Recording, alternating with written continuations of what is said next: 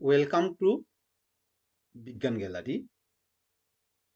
এই ভিডিওতে 2024-25 একাডেমিক ইয়ারে এনসিইআরটি সিলেবাস অনুযায়ী যে প্রি বোর্ড এক্সাম, মাধ্যমিক ফাইনাল এক্সাম হবে, সেই এক্সামগুলিতে তোমাদের যে সায়েন্স পরীক্ষাটা হবে, সেই সায়েন্স সাবজেক্টের 11 নম্বর চ্যাপ্টার মানুষের চোখ এবং বর্ণময় বিশ্ব, এই যে চ্যাপ্টার আছে সেই চ্যাপ্টার থেকে কি কি প্রশ্ন তোমাদের পরীক্ষায় আসবে তারই সাজেশন আমি এই ভিডিওতে তুলে ধরেছি। প্রথমে কোয়েশ্চেন প্যাটার্ন দেখে নিচ্ছি। দেখো, তোমাদের যে কোয়েশ্চেন প্যাটার্ন আছে সেই কোয়েশ্চেন প্যাটার্ন অনুযায়ী প্রি বোর্ড এবং ফাইনাল এক্সামে ভেরি শর্ট আনসার অর্থাৎ 1 মার্কের ডিরেক্ট প্রশ্ন এই চ্যাপ্টার থেকে থাকবে একটা, এমসিকিউ কোয়েশ্চেন থাকবে এই চ্যাপ্টার থেকে একটা, এবং 3 মার্কের কোয়েশ্চেন থাকবে একটা। অর্থাৎ টোটাল এই চ্যাপ্টার থেকে তোমাদের প্রি বোর্ড এবং ফাইনাল এক্সামে থাকবে 5 মার্কস। দেখো, আমি কোনো এমসিকিউর জন্য আলাদা করে কোনো কোয়েশ্চেন দেই না, আমি ভেরি শর্ট আনসার টাইপের কোয়েশ্চেন দিই। এই যে ভেরি শর্ট আনসার টাইপের কোয়েশ্চেন দিই, এখান থেকেই তোমাদের এমসিকিউ কোয়েশ্চেন কমন আসবে। এরপরেও যদি তোমাদের কোনো এমসিকিউ প্যাটার্নের কোয়েশ্চেন লাগে অবশ্যই তোমরা কমেন্টে লিখবে, আমি তার জন্য আলাদা ভিডিও করব। আর যারা আগের ভিডিওগুলি সাজেশনে দেখোনি তারা এই ভিডিওর ডেসক্রিপশনে দেওয়া লিঙ্ক থেকে দেখে নিতে পারবে। পাশাপাশি ম্যাথমেটিক্স এবং বাকি অন্যান্য যে চ্যাপ্টারগুলি আছে তার সাজেশন পাওয়ার জন্য যারা এই চ্যানেলটাকে এখনো সাবস্ক্রাইব করেনি অবশ্যই সাবস্ক্রাইব করে নেবে। তবে একটা জিনিস মনে রাখবে, এই যে কোয়েশ্চেন প্যাটার্ন এটা অবশ্য Tripura board of secondary education অনুযায়ী অর্থাৎ টিবিসি অনুযায়ী আমি এই কোয়েশ্চেন প্যাটার্নটা দিয়েছি। যারা অন্যান্য বোর্ডের আন্ডারে আসো কিন্তু তোমাদের এনসিইআরটি সিলেবাস তোমাদেরও কমন আসবে, কিন্তু সেক্ষেত্রে কোয়েশ্চেন প্যাটার্নটা একটু চেঞ্জ থাকবে।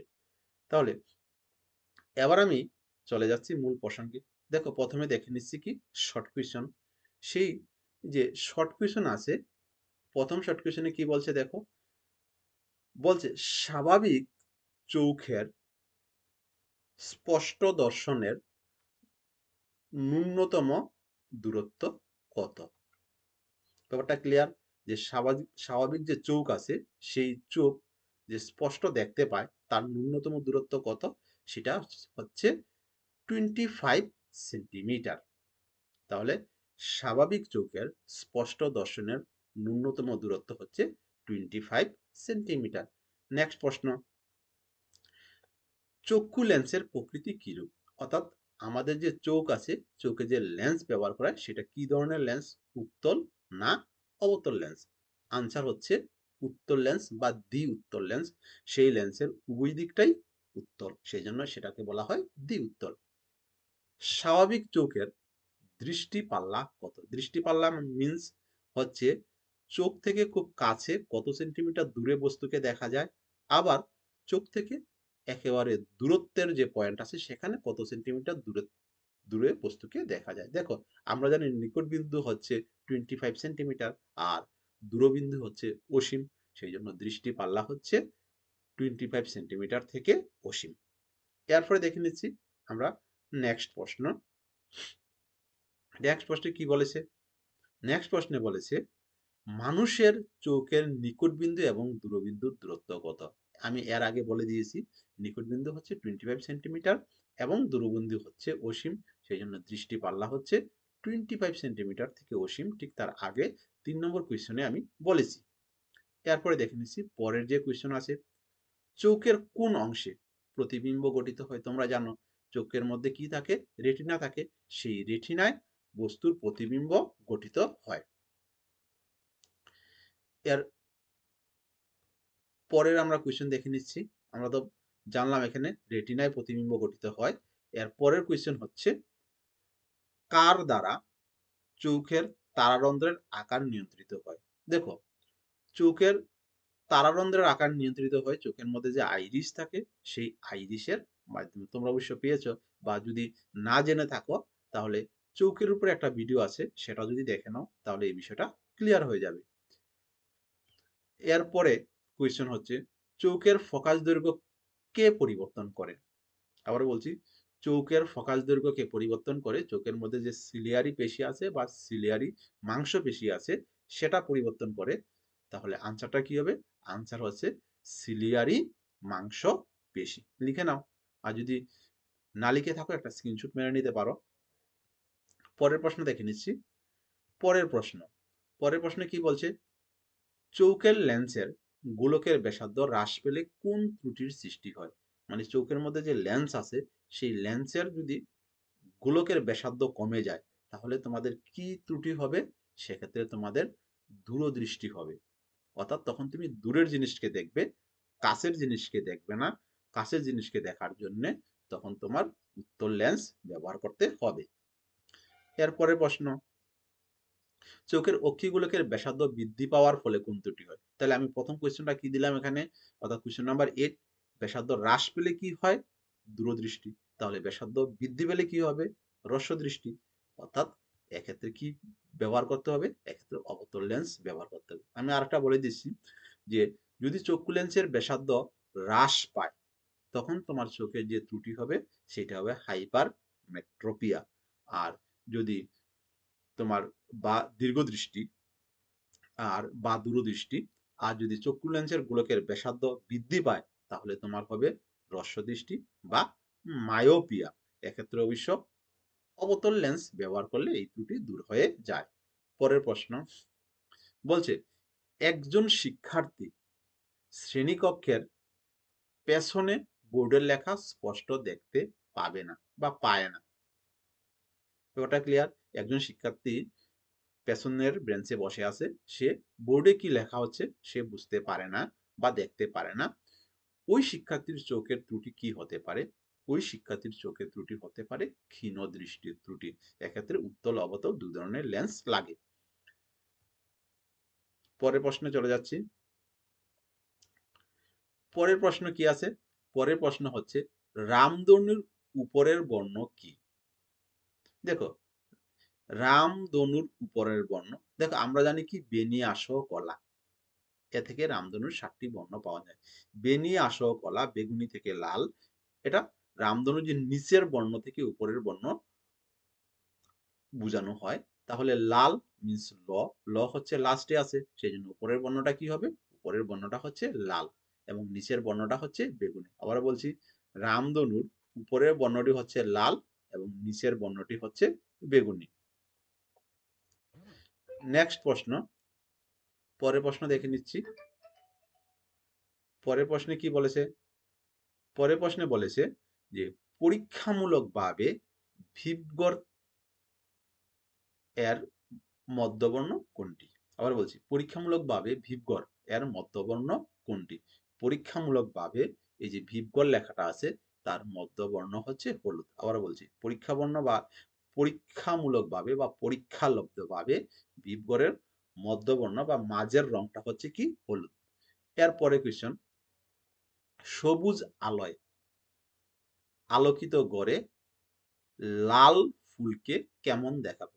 দেখো, সবুজ আলো দিয়া একটা ঘরকে পুরো আলোকিত করা হয়েছে, সেখানে লাল ফুলকে কেমন দেখাবে? অথবা তুমি এখানে আমি আরেকটা প্রশ্ন দিতে পারি, সবুজ চশমা পরে লাল ফুলকে কেমন দেখাবে? ব্যাপারটা ক্লিয়ার? তুমি যদি সবুজ চশমা পরে নাও তবে সেক্ষেত্রে লাল ফুল কেমন দেখাবে? এখানে অবশ্যই সবুজ চশমা পরে লাল ফুলকে কালো দেখাবে। ব্যাপারটা ক্লিয়ার? এরপরে দেখে নিচ্ছি পরের প্রশ্ন, মানুষের চোখ কোন লেন্স রূপে কাজ করে? আবার বলছি, মানুষের চোখ কোন লেন্স হিসাবে কাজ করে বা লেন্স রূপে কাজ করে? আনসার হচ্ছে অভিসারী লেন্স। আবারও বলছি, আনসার হচ্ছে অভিসারী লেন্স। এরপরের প্রশ্ন, এরপরের প্রশ্ন হচ্ছে, রামধনু সৃষ্টির জন্য আমরা যে দুটি ঘটনা দেখতে পাই সে দুটি ঘটনার নাম কি? অর্থাৎ রামধনু সৃষ্টির জন্য আমরা যে দুটি ঘটনা দেখতে পাই, আনসার হবে, এই কোয়েশ্চনটা হবে একটু ভুল হয়েছে। রামধনু সৃষ্টির জন্য আমরা কোন দুটি ঘটনা দেখতে পাই? অথবা একটা কোয়েশ্চেন হতে পারে যে রামধনু সৃষ্টির কারণ কি? দেখো, রামধনু সৃষ্টির জন্য আমরা যে দুটি ঘটনা দেখতে পাই সেটা হলো আলোর বিচ্ছুরণ এবং অভ্যন্তরীণ পূর্ণ প্রতিফলন। তাহলে রামধনু সৃষ্টির কারণ কি? রামধনু সৃষ্টির কারণ হচ্ছে অভ্যন্তরীণ পূর্ণ প্রতিফলন এবং আলোর বিচ্ছুরণ। লিখে নাও আনসারটা। রামধনু সৃষ্টির কারণ হচ্ছে বিচ্ছুরণ এবং অভ্যন্তরীণ পূর্ণ প্রতিফলন। পরের কোয়েশ্চেন, বায়ুমণ্ডল না থাকলে আকাশকে কেমন দেখাতো? যদি বায়ুমণ্ডল বা না থাকতো তাহলে আকাশ দেখতে কেমন হতো? বা বাতাস যদি না থাকতো তাহলে আকাশ দেখতে কালো হতো। লিখেছ? পরের প্রশ্ন, মহাকাশচারী আকাশকে কেমন দেখে? আবার বলছি, মহাকাশচারী অর্থাৎ মহাকাশ থেকে মহাকাশচারী আকাশকে সবসময় কালো দেখে। আবার বলছি, মহাকাশচারী আকাশকে কেমন দেখে? আনসার হচ্ছে মহাকাশচারী আকাশকে কালো দেখে। পরের প্রশ্ন, পক্ষীগুলোকের আকার হ্রাস পেলে চোখে কি ধরনের ত্রুটি দেখা যায়? আমি একটু আগে কোয়েশ্চেনটা বলে দিয়েছি, কোয়েশ্চেনটা ডাবলিং হয়ে গেছে। পক্ষীগুলোকের আকার বৃদ্ধি পেলে দীর্ঘ দৃষ্টি হয়। আবার বলছি, পক্ষীগুলোকের আকার হ্রাস পেলে চোখে কি ধরনের ত্রুটি হয়? সেক্ষেত্রে আকার হ্রাস পেলে দীর্ঘ দৃষ্টির ত্রুটি হয়। আমি আগেই কোয়েশ্চেনটা একবার বলে দিয়েছি। পরের প্রশ্ন দেখে নিচ্ছি। পরের প্রশ্নে কি আছে দেখো, ক্ষীণ দৃষ্টিসম্পন্ন ব্যক্তি কি ধরনের চশমা ব্যবহার করে? ক্ষীণ দৃষ্টি মানে সে কাছের জিনিস মানে জিনিসকেও দেখতে পায় না, আবার দূরের জিনিসকেও দেখতে পায় না। ক্ষীণ দৃষ্টি মানে ওই ব্যক্তি বরাবর কি করে? কম দেখে। তাহলে ক্ষীণ দৃষ্টির ব্যক্তি কি ধরনের চশমা ব্যবহার করে? বাইফোকাস লেন্স ব্যবহার করে। অর্থাৎ বাইফোকাল লেন্স, অর্থাৎ সেই চশমাতে কি থাকবে? উত্তল লেন্সও থাকবে, অবতল লেন্সও থাকবে। এরপরে কোয়েশ্চন, আলোর কোন ধর্মের জন্য আকাশ নীল দেখায়? আবার বলছি, আলোর কোন ধর্মের জন্য আকাশকে নীল দেখায়? আনসার হচ্ছে আলোর বিক্ষেপণের জন্য আকাশকে নীল দেখায়। লিখে নাও। এর পরের প্রশ্ন, বায়ুমণ্ডলীয় প্রতিসরণের প্রভাবে ঘটে এমন একটি ঘটনার নাম লিখো। বায়ুমণ্ডলের যে প্রতিসরণ ঘটে সেই প্রতিসরণের ফলে দেখা যায় এমন একটি ঘটনার নাম। আনসার হচ্ছে নক্ষত্রের ঝিকিমিকি, অগ্রিম সূর্যোদয়। সূর্যোদয় বানানটা দ অন্তস্থি হবে, দয় বয় না। এক্ষেত্রে এই যে বানানটা দ অন্তস্থি হবে, দয় বয় হলে দুটি বোঝায়, সূর্যোদয়, সূর্যোদয়। তাহলে কি হবে?